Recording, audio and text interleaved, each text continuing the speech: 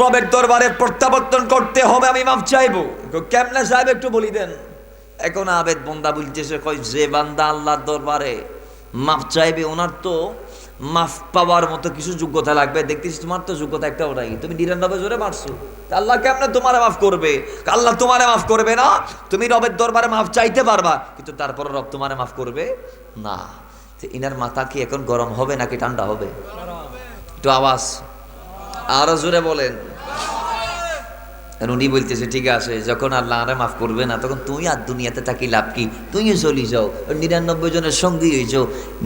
ওইটারও মারি 100 জন পুরাইল। কথা বলেন কয়জন? 100 জন।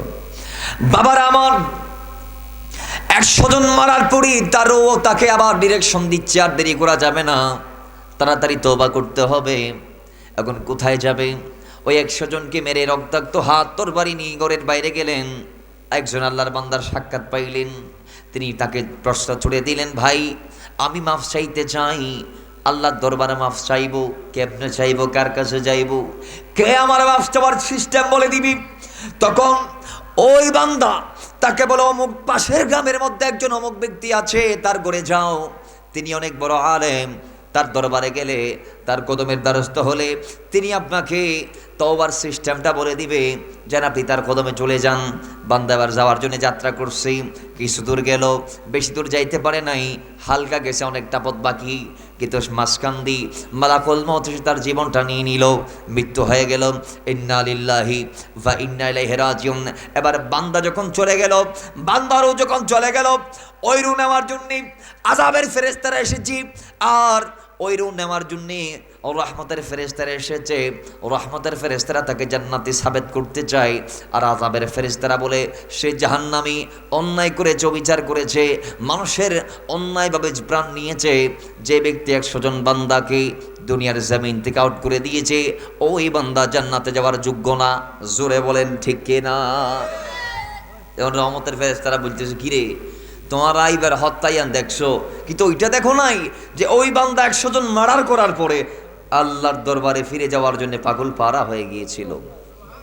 সুবহানাল্লাহ জুড়ে বলেন। সে তওবার সিস্টেম জানে না, তো না জানলে কি হবে? সে তো সিস্টেম জাননেওয়ালার কাছে যাওয়ার জন্য বারংবার মানুষের দ্বারে দ্বারে গিয়েছে।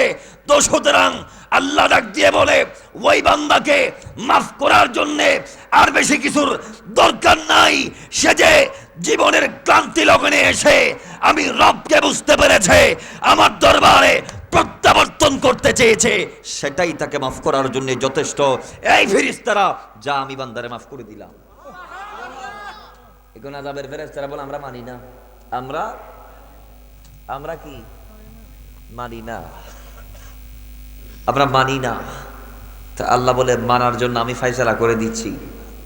তিনি যেই জায়গায় আছে ওই জায়গার থেকে 2টা লোকেশন মাফাও, যেই জায়গার থেকে আসছে এবং যেই জায়গায় যাবে, মাঝখান থেকে মাপো, যেখানে আছে ওইখান থেকে তিনি যদি বেশি দূর গন্তব্য শেষ করে তিনি যদি তার মঞ্জিলের কাছাকাছি চলে যায়, তাহলে সে জান্নাতি, আর কম গেলে সে জাহান্নামী।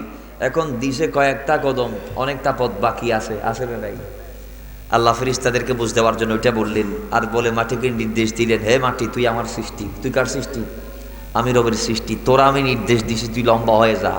যেটা সে পার করি আসছে সেটা বড় হওয়ার নির্দেশ আল্লাহ দিলেন, এবং ওই আলেমের গ্রামকে নির্দেশ দিলেন, হে আলেমের গ্রাম, তুমি আমার বান্দার করিব হয়ে যাও, কুরবতে চলে আসো, কারণ আমি চাই আমার বান্দা জান্নাতে যাক। আর একটু জোরে বলেন, আমি কি চাই? আমার বান্দা জান্নাতে যাক। বাস, আলেমের গ্রাম নিকট হয়ে গেছে, ওইটা দূর হয়ে গেছে যেটা আসছে। তাহলে আল্লাহ বুঝাইতে চাচ্ছে, আমি আল্লাহর দরবারে কেউ যদি মাফ চাওয়ার জন্যে গরিব থেকে বের হয়, তাহলে আমি আল্লাহ তাকে মাফ করে দেই, কারণ তাকে মাফ করে দেয়াটা আমি আল্লাহর দায়িত্ব। জোরে বলেন সুবহানাল্লাহ। বনী ইসরাঈল আরেকটি ওয়াকিয়া, এটা আল্লামা আব্দুর রহমান সাফুরি নুজহাতুল মাজালিসের 2য় খণ্ডের 43 নং পৃষ্ঠার মধ্যে এনেছেন ওয়াকিয়া খানা। হযরত মুসা ইসলামের সময়কার একটি ঘটনা। মুসা ইসলামের উম্মতেরা সবাই নবীর কাছে গেছে, দাবি একটাই, হুজুর আল্লাহ তো বৃষ্টি দিচ্ছে না, কারণ মানুষ ফসল ফলাইতে পারে না, চাষাবাদগুলা মরে যাচ্ছে, ফসল নষ্ট হয়ে যাচ্ছে, এখন কেমনে সম্ভব? মানুষ কি খাবে? বাইরে আমার সবাই বলো আল্লাহ নবী মৌসা দোয়া করুন আল্লাহ যেন আমাদের উপর বৃষ্টি বর্ষণ করে। মুসা ইসলাম বলে অমুক তারিখ আমরা সবাই দোয়া করব, তোমরা অমুক জায়গায় আসবা, ওই টাইমের মধ্যে আমরা আল্লাহর দরবারে ফরিয়াদ করব বৃষ্টি প্রার্থনার জন্য, সালাতুল ইস্তিসকা আদা করব। মুসা ইসলাম তার উম্মতের সবাইকে ডাক দিয়ে নির্দিষ্ট লোকেশন নিয়ে গিয়ে সালাতুল ইস্তিসকা আদায় করার পরে হাত উঠাই দোয়া করে, আল্লাহ মাওলা তোমার দরবারে ফরিয়াদ করছি, ও মৌলারে তোমার কাছে আমি বেদামি হতে পারি, আমার দাম কম হতে পারে, আমার দাম না থাকতে পারে, কিন্তু নবী আখিরুজ্জামার দাম আছে। জোরে বলেন আল্লাহ। ওই নবীর উসিলা দিয়ে দোয়া করছি, আল্লাহ তুমি দোয়া কবুল করো। আল্লাহ পাক ইলহাম করলেন মুসা, মুসা আমি আল্লাহ তোমার দোয়াকে কবুল করতে পারো, কারণ যাদেরকে নিয়ে আমি আল্লাহর দরবারে মাফ চাইতেছ তাদের ভিতরে এমন একজন ব্যক্তি আছে যিনি এক নাগারে 40 বছর আমার নাফরমানি করেছে, আমার অবাধ্য হয়েছে। ওই বান্দা তোমার দোয়ার মজলিসের ভিতরে যতক্ষণ থাকবে আমি আল্লাহ ততক্ষণ পর্যন্ত তোমাদের কারো দোয়া কবুল করব না। জোরে বলেন নাউজুবিল্লাহ। বাস তো মুসা ইসলাম তো মাথা গরম, কেমন রাগী ব্যক্তি, কয় যিনি মালাকুল মৌতরে এক থাপ্পড়ে চোখের পুতলি বাইর করে ফেলেছিল। কেমন রাগী ব্যক্তি, কয় যিনি এক থাপ্পড়ে কিপ্তিকে হত্যা করেছিল, একটা থাপ্পড় দিছে মারা গেছে ফেরাউনের বাবুরসি এক থাপ্পড়ে মারা গেছে, এক থাপ্পড় মালাকুল মৌতরে মারছে, চোখের পুতলি বাইরে গেছে। কয় তিনি এত বেশি রাগী ব্যক্তি ছিলেন যে তিনি যখন তার মাথায় রাগ আসতো তখন মাথার চুলগুলা পাগড়ি সেট করে উপর উঠে যাইতো, চুল খাড়া হয়ে যাইতো, এত পরিমাণ রাগ তার ভিতরে আল্লাহ দিয়েছিল। এ মুসা ইসলাম ডাক দিয়ে বলে আর মতল এর ভিতর খন আসো 40 বছর নাফরমানি করছিস, তুই বড়ি জই ইবে যতক্ষণ তাইবি আল্লাহ দোয়া কবুল করছো না। এখন যিনি 40 বছর গুনাহ করছে এতে কি আর দুনিয়াতে আসে? মনে করেন ইতে হাফ মারা হয়ে গেছে, ইতের অর্ধ মৃত্যু হয়ে গেছে, মানে ইতে বাচ্চা বহুদারে আয় তো 40 বছর করে দরজা বন্ধ করে গুনাহ করছি, কেউ না জানে। এখন উড়ি যাইলে বিয়া কোন জানি লইব, এবং খালি তো নাই আর ঘরের বাইরে কদম দিবার সুযোগ এর হইতো না, ভাতর মারিব দেবে এক গুণে, কি মারিব দে তুই মলা আই ভুল বুঝিত পারছি, আয় তোমার দরবার ফিরে যাইতে চাই, রানা মাফ করি তো, আর কি করো মাফ করো। মৌলা আমি আমার ভুল বুঝতে পেরেছি, মৌলা তুমি আমার নিজ গুণে নিজ দয়ায় ক্ষমা করো, আমি তোমার রাহমার প্রত্যাশী, আমি তোমার ক্ষমার প্রত্যাশী, আমি ক্ষমা চাই, আল্লাহ তুমি আমার মাফ করে দাও। আল্লাহর হাবিব বলে সেদিন মুসা ইসলামের উম্মত যখন আল্লাহর দরবারে খালিস নিয়তে তওবা করেছে, আল্লাহ সঙ্গে সঙ্গে বান্দার তওবা কবুল করে ওই বান্দার ওসিলাই মজলিস শেষ হওয়ার আগে আগে বৃষ্টি বর্ষণ করে দিয়েছে। জোরে বলেন সুবহানাল্লাহ। বৃষ্টি শুরু।